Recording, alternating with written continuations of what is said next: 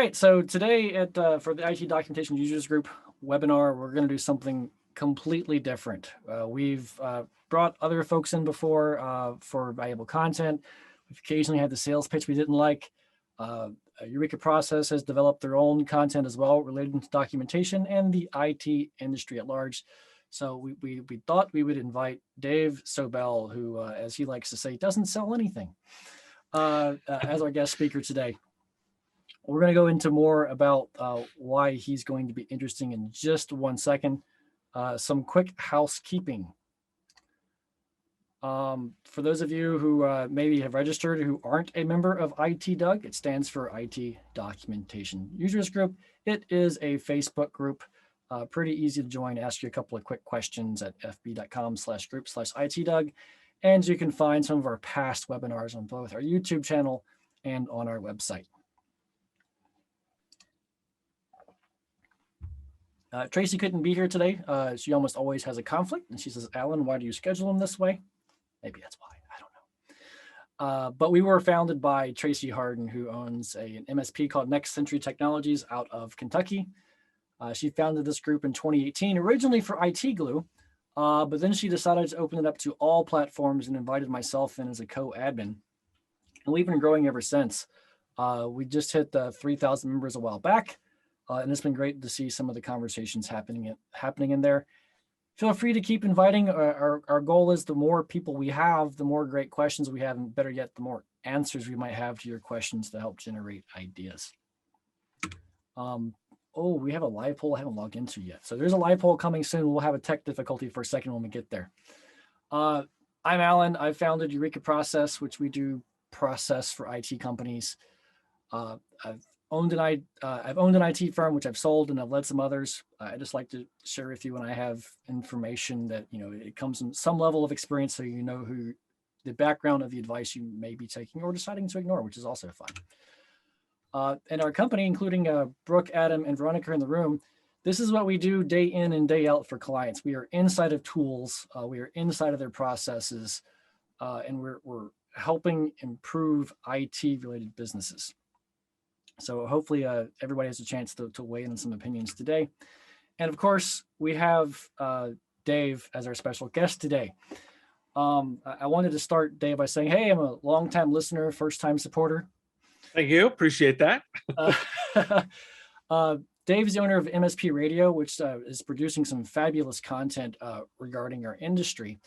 You can read the other points on the screen. And Dave, you can certainly add more information. I don't have a lot of time these days to think about the industry at large so much. I'm too worried about giving advice my grandmother would give at running your business, processes, KPIs.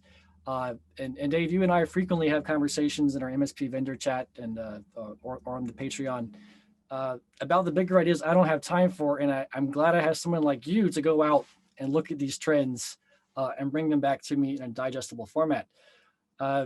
Would you like to give any more on your background before we do a live poll and dive in?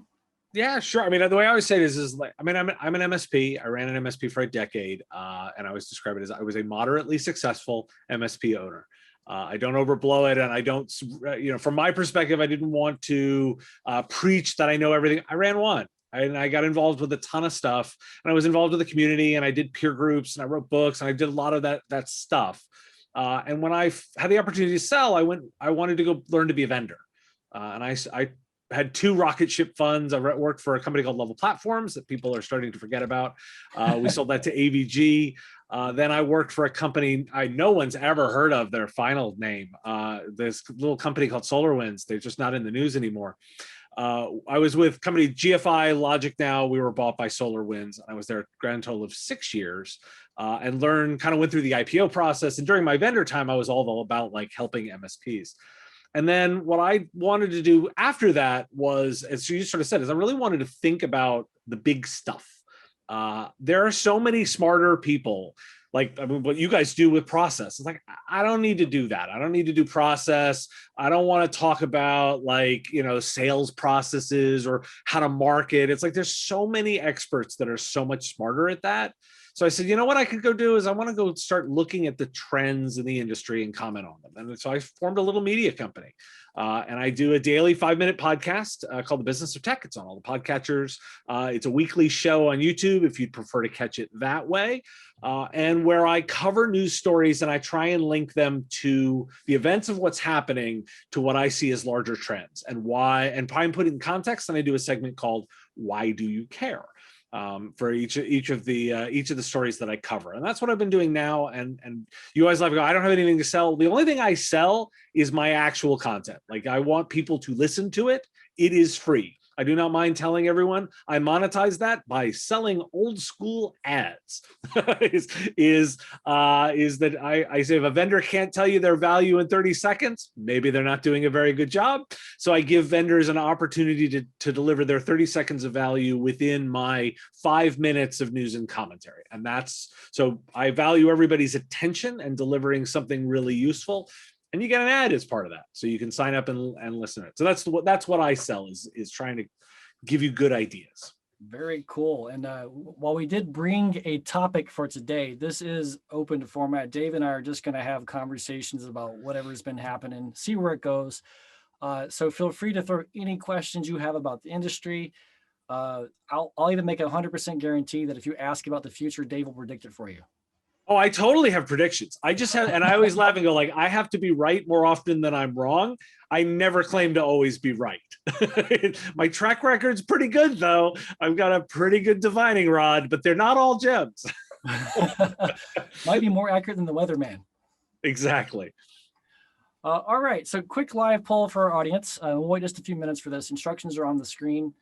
You can go to swiftpolling.com and just type in number 14795, or just text your vote to the number on the screen, 205-883-8760. The QR code is actually brand new to this software, so I have no idea what that does. I assume you hold your phone up to it and it lets you vote. But the question is, do you know how to submit documentation to the FBI? Answer 1, yeah, because I've had to do it. Or option 2, okay, I've looked into it and I've researched it. And option 3, it never crossed my mind. Now, we've only got a couple of people live today, but I can tell you it's never crossed my mind. I'm not, and let's make this a non-shame exercise. Like I cannot say I'm surprised by this. But what I've been, if we talk, we're always talking about the cyber stuff, right? Like we're talking about cybersecurity, and I was just working on today's pod, and I literally I spent the whole thing talking about fallout from Colonial Pipeline, and I feel like this entire week all I'm doing is stories around security, and I'm kind of tired of it. Like I'm kind of burning myself out on security stuff, but it's all in our minds, right? Like the cyber gangs are coming out at aggressive levels, and I've just kind of come to the conclusion it's like, well, you're gonna get hacked. You're just totally gonna get hacked. So we're all really good at process and procedure. Why don't we have the process for calling the FBI? Like, why are we supposed to call the FBI? I'm going to stop the screen share, by the way. We're going to start with this topic and then whatever else comes up, and we don't need a slideshow for that. So for screen shifts. But so why do we even have to call the FBI for that? Isn't that just a trouble ticket? Are we just fixing that? Well, so that, I mean, the question then is well, it doesn't look like it's going to stay that way. Particularly, I mean, if you look at what's going on from a regulation perspective, if we're just pulling the recent stuff, the Biden administration came out and has made it, if you're dealing with the federal government in any capacity, those organizations are now required to disclose to authorities.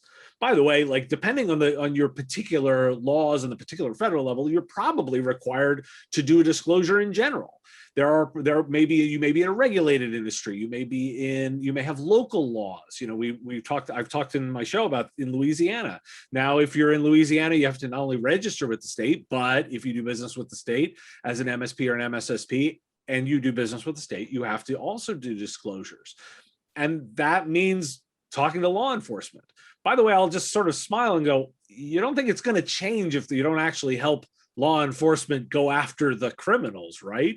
Like if criminals just keep getting to walk all over us and keep getting money and time and energy from us, and we don't let law enforcement do their job, well, then it's not going to change much. Like it's a pretty awesome business for them.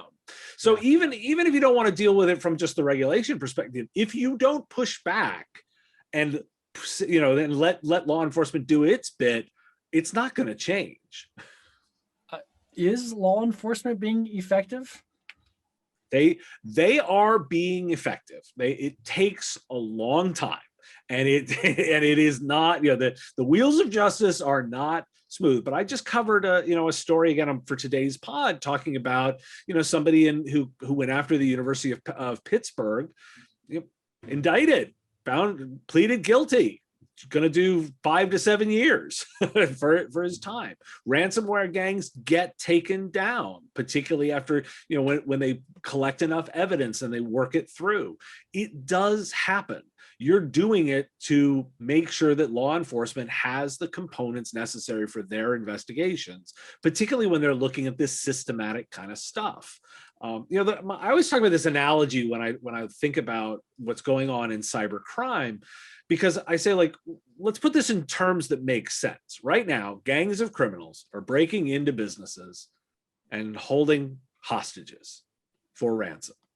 If this was physical, we'd all be losing our minds. like if you think about the level of incidents and the reporting that happens on this, they're all the time. If this was happening on the streets, small business owners would be absolutely losing their mind. But what's interesting to me now is that it is starting to change. We are seeing, you can take the two big ones from just recently, right? Like SolarWinds. So the federal government is writing a very, very, very large check to clean up from the breach efforts that happened around SolarWinds. That's making the federal level take a look at that. But you also then look at what's going on at Colonial, right? Colonial Pipeline. Consumers just noticed that they're paying at the pump because of cybercrime. Like that gas went up. Now, by the way, we can have a whole riff on the fact that there wasn't actually a gas shortage. Right? That's its own bit. But it's cause and effect. So, ransomware happens, consumers pay more at the pump. There's all this stuff in between, but that's the effect. And so what's happening is this cyber warfare is spilling out into the streets, and it's spilling out into pocketbooks. And with the pressures coming from the insurance company, like, this dynamic is just all changing. And so you've got to be ready for the inevitable breach that will happen and how you're going to process it. So any breach, which includes cryptocurrency, cryptoware, not cryptoware, crypto. Well, cryptocurrencies now are, any yearly transactions over $10,000 now need to be reported to the IRS. I smile and go, I'm talking to a group of people who take documentation seriously. This should be your wheelhouse. But I think there's a whole element of documentation now around policy and procedure that we have not generally thought of in the same way. The poll gives you a little insight. A lot of people hadn't thought of this because we've generally taken the approach that we can protect, that we can actually be effective at security, and we can keep the bad guys out. I'm looking at it now saying, if you assume a zero trust architecture, you're essentially assuming there's a compromise. You're assuming everything has already happened. Well, if that's the case, you really ought to have all the policies, procedures, and documentation for the inevitable breach. So even a ransomware, that is a breach. Absolutely. Because in the old days, that was just a new type of virus that came out. I'm still a little old school. Well, I look at it and said, like, you've lost control of your own network. Somebody has taken control, stolen your data. Ransomware is even just the first version of this. We're seeing so much. They're moving now to the extortionware model, where they'll hold your data in ransom and threaten to release it. where they'll take that data and they'll release all your dirty, darkest secrets out to the world and resell that information, which they will then make more money off of. So I'm looking for this line essentially that is where where do you cross the line that you have to report this to the FBI? At what point? That was going to be my question. Are you required to do this, or is this something we're all pitching in and trying to make things better? And this is sort of a best effort to try to advance the community, because the requirement is a much stronger word. Well, so let's address this from a couple of it. From right now, it is industry by industry, state by state, federal, like who your customers are in terms of, is it required? I believe very firmly it will be required at the federal level in the not too distant future in the US. I get to spend my time listening to Senate hearings. And if you've been paying any attention to what's going on, they are intensely discussing disclosure notification as a law and as a requirement. Now, we could make an argument of, well, it's not required right now, and just wait for it to be required. Or since it's kind of hard, we could just start gearing up knowing that law is coming. It's just a matter of how long it takes. And by the way, big tech is calling for it. You know, Microsoft, FireEye in testimony have come out and said, yes, please, we want clear regulation around what disclosure is required, because they want to not only take the stigma away, but put forth the guidelines so that liability is not also included into that, so that they can clearly define the rules of engagement so they can be better about sharing information. It's just a matter of how long it's going to take till it is a requirement. Right. So I guess I'm still looking for that line between what is a computer problem. Like in the old days, I'm dating myself. In the 90s, we got this virus called the stoned virus on our 5 1/4 floppy disks. Sure. That doesn't communicate to the internet as spread disk to disk, drive to drive. At what point is it a breach that, let's just say that if it is even required now by law or will be in the future, where does it become the type of breach you have to report in your thoughts? Because email breaches frankly happen daily. Somebody gets into somebody's email, they start sending out emails as that person, and that happens constantly. And I mean, as far as the number of that, that is not a number that's going to be manageable if you're reporting email breaches to the FBI, because that literally happens daily. Well, I will push back a little bit and go, if email breaches are happening daily in someone's organization. No, I don't mean like in the same organization. I mean, I see it happening across the board daily. People's email gets hacked. Somebody gets an email, it looks legit. They click on the link. We all know users are the weakest link, but I cannot imagine at a federal level that is going to become something that somebody is going to be able to manage and be able to give us direction on if we are reporting email breaches. Well, so this is my statement here is you have to now learn these things. Each individual organization needs to understand, for the industry, for their particular locale, for their state level, they're going to now start having to understand the rules of engagement for that. The fact that most people don't even know the details of the FBI is where we got to start. You've got to start with, they have guidelines for what you're supposed to report at that level. Individual states will have their levels of what are supposed to be reported. I'm going to push back and say, if you're saying there's just so much email, that's all crime. All of that email breach stuff is crime. And it is not acceptable for us as an industry to go, well, it just happens all the time.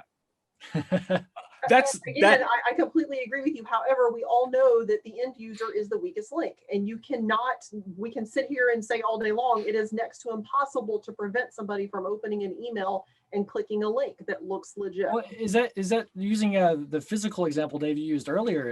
If somebody reached out of an alley and says, "Hey, buddy, come here," and yes, I've done this before, and I came there and I got mugged. Is that any different?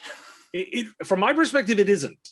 Right? It isn't. Like we're literally talking about muggings, and that are happening on a regular basis. And while I am sympathetic to the statement, like I don't entirely agree that it is completely unsolvable to solve this problem. I just don't. I believe that you can put in place detail, two-factor authentication pieces. You can put in a certain level of screening to make sure that certain basic cleanliness doesn't get through. I think you can put forth the training to make sure that you're teaching users on a regular basis. I mean, I think you can invest in the communication, but I'm not willing to just resign to the fact that, oh, there's nothing we can do about users. But that said, let's just go to the standard phishing attack, right? The standard of phishing attack. Someone targets in, tells users to now transfer money and do a wire transfer, outside the organization. And it happens. That's a crime. That has to be reported. You have to, that's the way this works. Is you need to report a crime. That's where my definition is going. We can get into, I think it's a red herring to go down into the, well, do we deal with every single user? Let's just start with the major stuff. Let's start with spear phishing attacks. They need to be reported when they happen. You've got to have you got to have a procedure. You accidentally transfer the money, just receiving that email with that intent. Right. And I think so. I think you have to I think you're getting at that point. And do I think this is a big intensive process? Yeah. Well, welcome to security. Like if you're gonna give any kind of claim to your customers that you're doing anything on their behalf, this is all the responsibility that goes along with it. So how do we stay informed? This is a landscape that's shifting, as you mentioned, differently for every person based on who they serve and where they're at. How do we keep on top of this? Well, you have to dedicate time and resources to this effort. This is part of your responsibility in delivering IT services to customers, is to manage this. And I think I'll just quip and go, we over-rotate too much time on products and not enough time on this. I'm just gonna laugh and go, how about the IT industry spend less time debating which antivirus or RMM technology use, and use that time on studying the laws relevant to their business. I think that's a way better use of time. and I see a lot of time spent debating tools and the components that don't actually make a difference in service delivery. Instead of spending so much time debating that, why don't we spend that time on making sure that we're working on understanding the laws relevant to our space? Making sure you can sign up with CISA for alerts, for regulations. You can sign up for FBI alerts. You can look at your local municipality and get their information. NIST has detailed information on what's going on. Spend your time diving into that, because it is definitely going to make a huge difference. If you're outside the US, things like the UK's National Cybersecurity Center, all of the resources are available to you. You have to just go forth and take them. I realized that a lot of IT vendors 5, 10, 15 years ago, we got into the business, we didn't sign up for this. Yeah. We talk a lot about it. This industry is constantly changing. Ta-da! What's interesting to me is that I'm talking about this like it's completely bad. It's not actually entirely bad.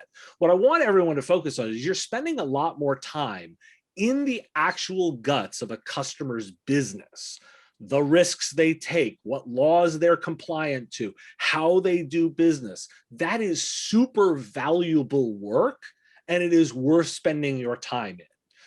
That is a great investment, to be spending your time working on those issues. That's what your customer cares about, way more than a lot of the things that we were debating. Look, I laugh. I've got a video on my YouTube channel entitled "Don't Start an MSP." And it's not that I'm saying I think this is a horrible business. I love this business. I love helping small companies with their technology needs. But Alan, as you said, the challenges are way different than they were 5, 10, 20 years ago in terms of getting into this business. It's a higher bar. The bits that used to matter, they're not as important anymore as our reliance on technology has become more in depth. I mean, I can just about outsource my help desk, outsource my service desk, outsource project scoping and project execution, and just do this for a living. Totally could. Like, and I'm not one to get into the whole MSSP versus MSP garbage. I don't buy into that argument. I just make the statement of like, this is the valuable stuff, helping customers with their technology needs and their risk management. Think about it that way. You are dealing with the risks, understanding their risks, going deep with them, and helping understand and mitigate those risks. We're not going to eliminate them. We have to mitigate them as much as we possibly can. So let's talk a little bit about documentation, just trying to honor my audience here. Sure. So first of all, before I dive into the details of documenting these types of things, do you have an overview of what is required to submit an incident to the FBI? So the elements of the basics on that is you need to understand the before and the after situation. So why documentation is going to play really nicely to that is that you will have a documentation of this is what the status was before. These are the pieces of evidence that we have noted that alerted us to the incident, and we can report that kind of information. One of the things you have to remember is they're treating it like a crime scene. Right. So everything about that becomes evidence. So that's a matter of maintaining the integrity of what was there. It was about making sure that you can give the insights. So the basics are going to be all of the things of, hey, this is our documentation of what it looked like before. These are the things that we saw and have recorded that let us know there's an incident, and we can provide all of the insights of what we've seen that has changed. In a way I can laugh and go like, that's all documentation, right? Like that is change management at its very finest. That's the basics of what you're trying to document. And so if you're already focused on a policy and procedure for documenting these spaces, you already have the skills to go forth and do this. So there's one document you have to create, which is how to deal with the FBI. And somewhere in your incident response, there's a line item that says, here's a link to the FBI article, or here's our synopsis on it. And you have to behave in this way. But of course, you also have, like you mentioned, all the documentation you already had. Is that up to the standards to give the FBI evidence they need to prosecute, to go after it? I use prosecution loosely because I assume a lot of this is on foreign soil. And it all depends. And by the way, and to a certain degree, that's law enforcement's job. We'll let them figure that out. We just need to give them our before, the records and the incidents of what we've seen, and we need to provide to them our after. And again, they've provided really great resources to make this process, what they're doing, make this easier on you. You can embrace the resources they've put together to make this process easier. So, I mean, this is kind of a testament to even beyond all of the other documenting the network before and after. There's your typical documentation we forget about called work notes, right? Your time entries, your work notes. So I take it those need to be pristine for this to work for the FBI. Yes, like what did I do to resolve the issue? What did I see? I mean, the answer is as much as possible. The same is look, we know, as with any kind of incident, you're not going to have complete documentation for everything. You're not going, it's simply unachievable. And in fact, the activities of criminals are not exposed to us. We've got to have enough of the pieces to help the FBI with the direction that they're going to take in terms of their investigation. Let's take the super extreme case, right? So we know we're all watching with interest and learnings of what's going on at SolarWinds. They have been doing an in-depth analysis of what happened, and they continue to unearth more and more evidence over time. They have clearly indicated they're not going to know everything because those threat actors are behaving in a way that is incredibly sophisticated. Mm-hmm. The job isn't to have everything, it's to have as much as you can to give them direction and go from there. Very good. We don't have any pending questions, but I will take a second just to encourage questions for a moment. Your questions don't have to be about documentation. They don't have to be about reporting to the FBI or threat actors. Feel free to ask us anything. Dave, take a moment if you would. What is the best way to witness your content? Sure. So it's designed a bit, depending on how you look at it. I started with the podcast. There's a daily 5-minute show. You can catch that on all your favorite podcatchers. It's on Apple Podcasts, Google Play, Spotify, everywhere you might find it. Links are all at businessof.tech if you want to make it a little easier. But you just open up the podcast catcher of your choice, find the show, and you will get 5 minutes of insight, news, and analysis every single business day. If you prefer that in video form, you can visit youtube.com/MSP radio and subscribe there. The show comes out as a weekly format, as well as some of my interviews and bonus content that is released as bonus content on the pod is also available as video content online. So that's the major ways that you can find all my stuff. You've got all the social information if you want to follow the news articles and announcements that come out. But if you're already subscribed to the podcast, you're getting all that content every day. All right. So short on questions, you and I broached another topic this week. Okay. Completely different topic, perhaps even unrelated to documentation. And we didn't get a chance to finish that. Let's go there. Veronica, feel free to also add questions on or off topic as well. So I'm busy trying to write the Eureka Process book on how we do what we do, why it works, and how you can do it too. And I've written the 6 leadership superpowers, and I'm on the leadership power of decide. Right. And it's common wisdom. I have quotes from everywhere that no decision is the wrong decision. You have to decide. In fact, being wrong is better than no decision in most cases. Yep. I can't find a lot of information on why. Well, so I'll give you my sort of perspective. I always describe this as the difference between an active decision and a passive decision. Passive decisions are when I let things happen to me versus an active decision where I have done something about it, is the way that I like to think about it. And no decision is a decision. It's just the easy passive one that people let happen to them by not making movement. The reason that I think, from my perspective, the reason why a decision is always better than non-decision is by executing on some decision, you are executing a plan.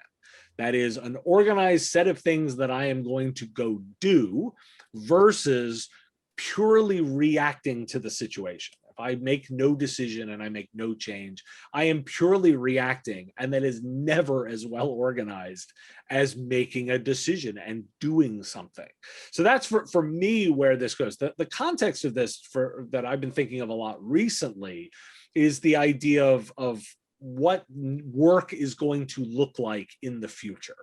I'm completely fascinated by this topic. And I freely admit, I'm somebody, welcome to my home studio. I've worked from home for, over a decade now. So when the pandemic hit, for me, it was like, well, okay, it's Tuesday, like it's the same day as always.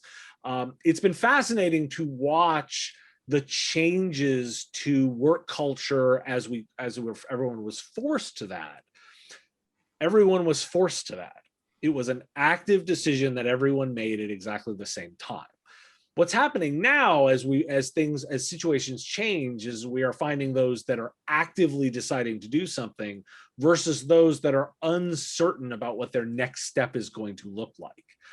The decision, for example, are you going back to the office full time? Are you staying remote full time? Are you embracing some new hybrid thing? My statement is go do one of them, any of them. Pick the one that you're going to go do. You will be better.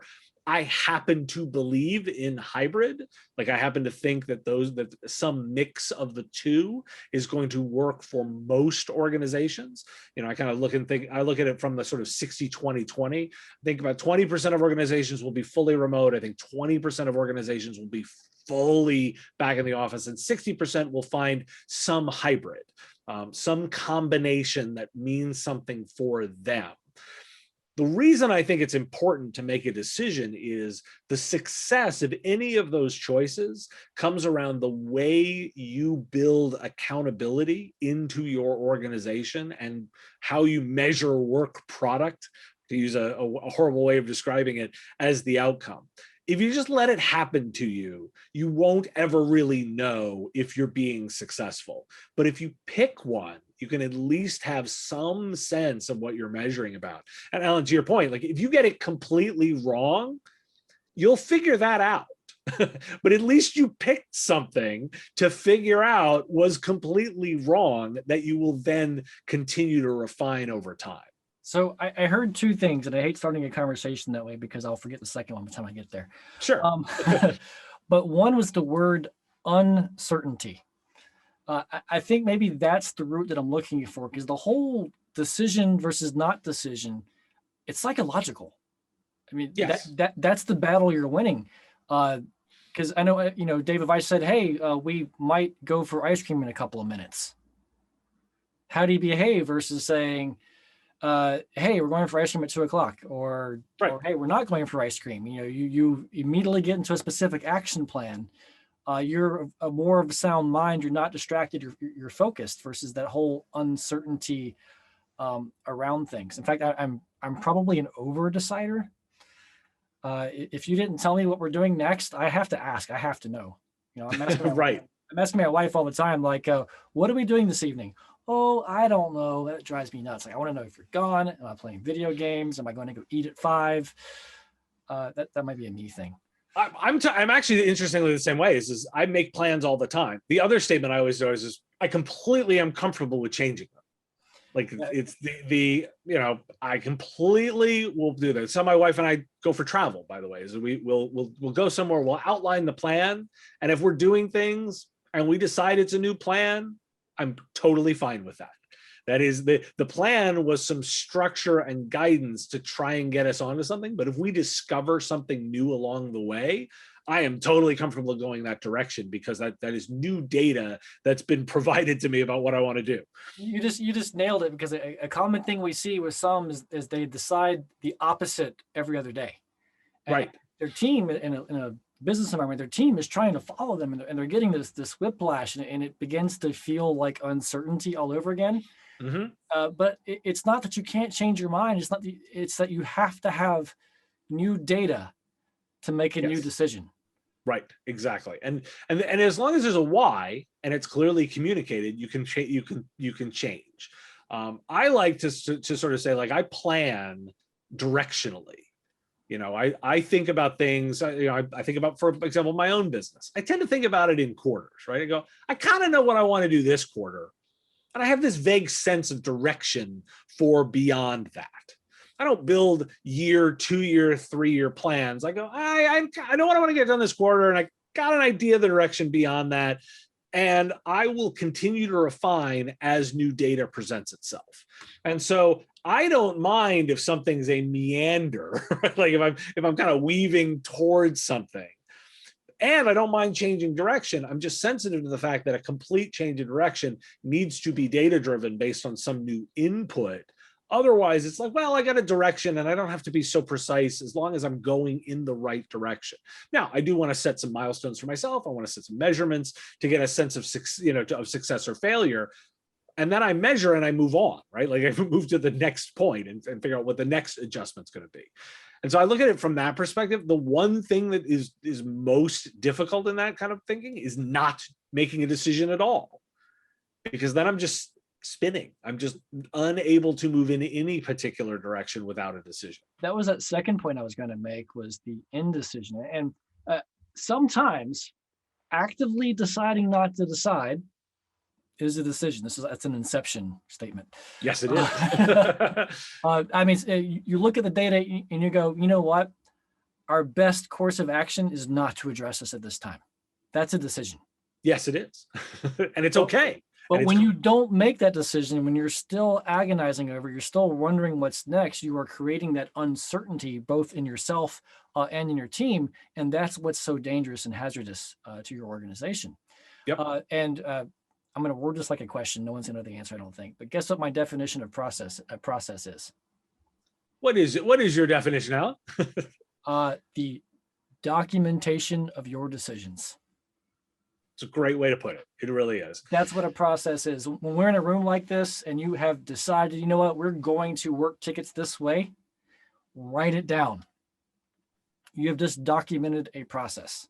Exactly. Now, don't be afraid to change it based on new data and new inputs. Absolutely. It is the directional guidance of what the way you want to do that. You do stick to it because it is useful, and you change it when it is no longer useful. and that's a really good way. People get really hung up on this kind of stuff. Like is the like, I must get it right the first time. No, you just got to get it the first time. And then you will iterate over time to make it better and better based on the learnings and the new inputs that you get. And if you are open to the idea of new data changes my direction, you will be way more flexible. What's other interesting is people always think, like, we talk about things being there's all so much change. I actually don't really buy into that. There's a lot of things that I can feel reasonably comfortable predicting. Like I like, and to make it really, for those of us in technology, we like to think about like, oh, it's such a changing industry. Yeah, but there's a lot I can really predict. I'm a big fan of Daniel Burr's and Flash Forward in terms of his way of thinking, hard trends versus soft trends. If we're in technology, there's going to be a new version, right, of whatever piece of technology we're working on, right? Yeah, I can rely on that. It will be probably faster, maybe generally smaller. It will be, if we think about it like from a computing perspective, the manufacturer will make a new computer, right? It will be faster than the last one. It will come with more storage. It will come with more memory. It may come, like, there are lots of trends I can completely rely on. Now, I may not know the specifics of it. I don't know exactly how much faster it is or how much more powerful it is, but I know it's coming. I know I can bet on it. I can make plans around those basic bits, and making sure that you're good at understanding that reading is what I find most insightful and helpful when I think about setting direction. It's actually amazing how often the specifics don't matter. Yep, they really don't matter. As technicians, we like specifics as part of what's caused us to get to the point we are in our success. But there's a point where I even call it, you got to get stupid. I mean, the details don't matter so much. The bigger picture begins to matter more. But more importantly, they don't matter to our customers generally either. Mm-hmm. We get really hung up, particularly in technology, we get really hung up on things that customers just do not care about. They like the latest just don't care.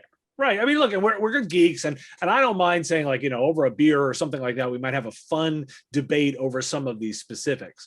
But in terms of the things that I'm thinking about, in terms of worrying about directions and trends, think like customers. I just pick and choose the trends that matter to them and that what they're thinking about, and make sure that I'm prioritizing what they want. And then I will find myself in the right place because I'm not worrying about these things they don't care about. Again, tangential, but one of my very first business coaching exercises when I was hiring a business coach in my early days as a business owner, I hate trick questions, but he asked you a trick question like, hey, what's the purpose of all business?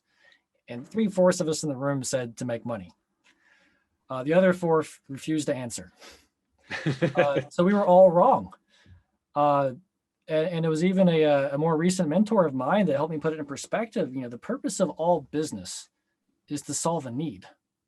Yes. And that's why you're in business. You are not in business to make technology work. You're in business to make the customer accomplish some sort of task that they can't do without you. Exactly. And as long as you're solving a need, money is just a byproduct. And if you think about it as a value trade, right? The idea of, I just need to deliver more value than I cost. Right. that is, if I'm doing that, then I'm doing something right. I deliver more value, a little bit more value every day than what I cost. I'm doing something right. And people will trade, they will trade currency for goods and services if they perceive that what I'm delivering is of higher value than the cost. Absolutely. That's one of our mantras here. When I run out of ways to explain our core values, my answer is always add value first. If you have to ask how much is this going to cost us, that's the wrong question. Just add the value. Right. The customer will either see the value or they won't, and we can put that in our goodwill piggy bank for when we need it. Exactly. And often remember that it is up to the customer to determine the value too. is the customer will determine that value. So your job is just to deliver more.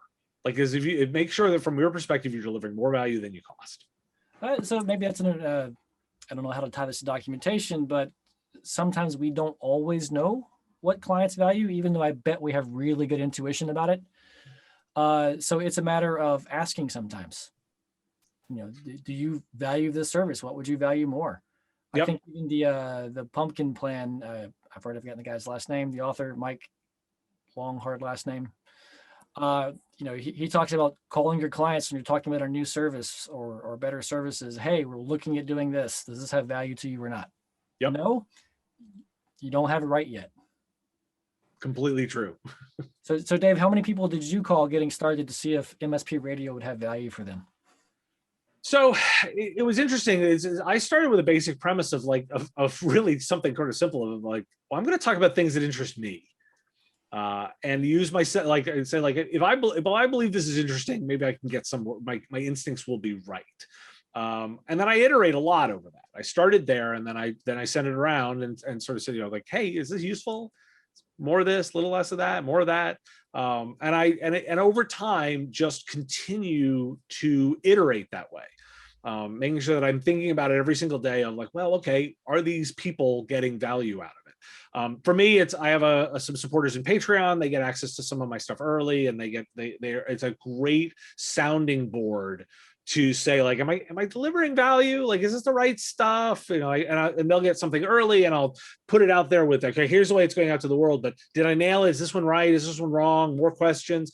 And I freely admit some of my best pieces were where one of my Patreons come and said, well, Dave, I really want you to think about this.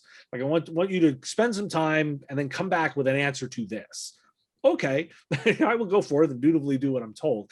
And it's a certain degree of keep iterating, keep the conversation going, know that it doesn't have to be perfect. Good enough to ship is usually the way that I look at it.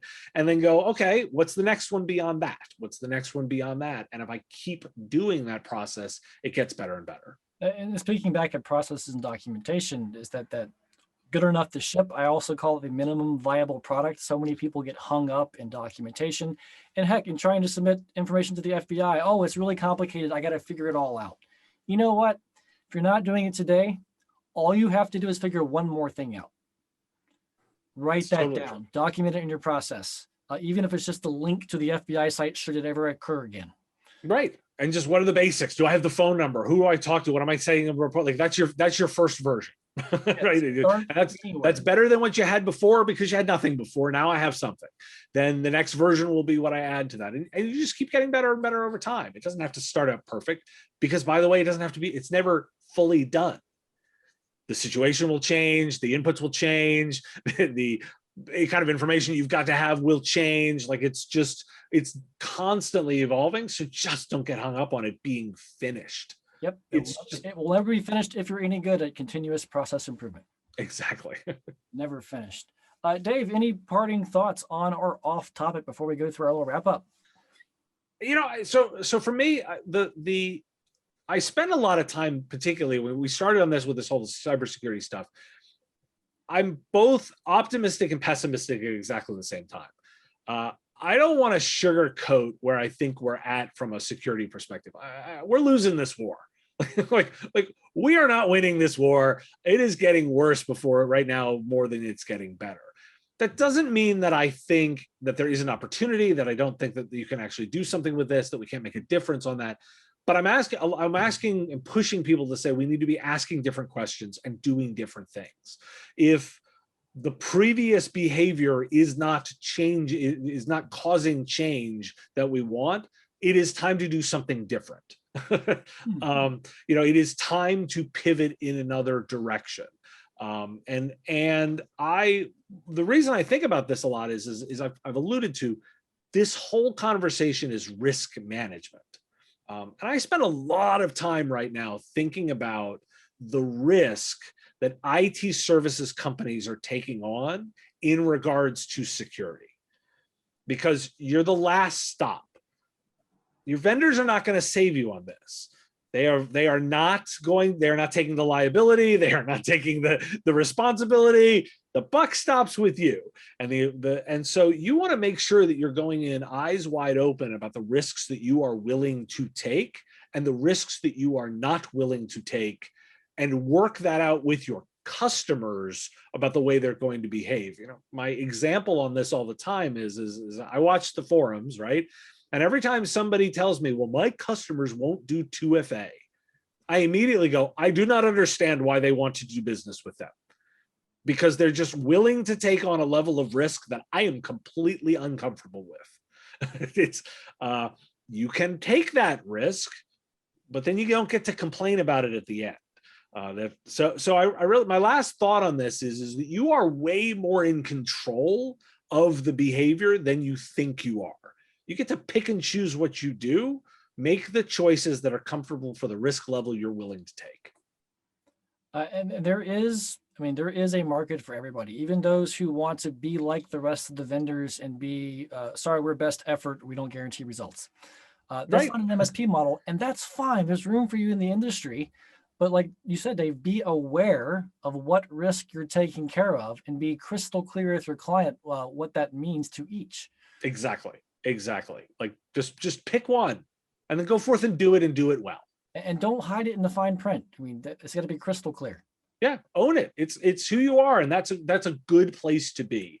Own your level of risk, and then be forward with customers on what they're doing. If they aren't willing to take that, then they're not a great customer for you. And if you need the revenue, maybe take your risk down a notch somehow. Offer a different service, and that's okay. Exactly. Too, or have your client step up. You can't do it both ways. Exactly. It's all variable that you get to pick. Very good. Dave, thank you so much for coming on. I know you and I have had some chats back and forth. I still have a mental picture frame of the day you were looking for topics and you took my topic and you made a podcast out of it. I was like, yes, I've been These things, and I always say these things percolate with me for a little while. They'll gnaw at me for a while until I write something. So you never know when it'll appear. I just asked you a question. Next thing you know, you're answering it in front of 10,000 people. So like, great, that'll do. That's what I'm here. That is what I am here for. I like chat. I like thinking through these questions, and I love hearing from the community and what you want a little bit more thought of. As I said, I don't necessarily presume to have all the right answers. I will give you a perspective, and I hope it is useful, and then you can take it and do something with it. I mean, I've had a difficult time stepping out of my service delivery to my clients and taking this larger perspective. So I've appreciated being able to rely on your videos to tell me what's going on. I know you've even done some law recaps that impact our industry in various states sometimes, which are helpful to bring awareness. And I'm glad I finally got to subscribe to your Patreon this week, because I realized that every week I was going to go find your content. I'm like, okay, well, I should be supporting this to make sure it continues. Well, thank you. I do thank you for that, and that is certainly the goal. And I'm glad the community is responding well. But the content is out there, available for free, if you just need to check it out. So please check it out. Make your own judgments about the value to you. So thank you for joining our ITDUG webinar. Our next webinar, topic undecided. I hope we can have somebody as cool as Dave on again soon. But the date is set Wednesday, June 30th, just before some holidays for North America. 11 a.m. Pacific, 2 p.m. Eastern. And if you have ideas on what you'd like to hear about, we've done just peer discussion. We've brought in vendors. We've brought in thought leaders like Dave. Okay, maybe just at one time. And otherwise, our team is trying to give you some content that's somehow related to the documentation, just to add some value and keep people coming back to see your questions on the forums and to stay engaged. So thank you all for attending. Recording will be up shortly, and see you next time. Have a good one.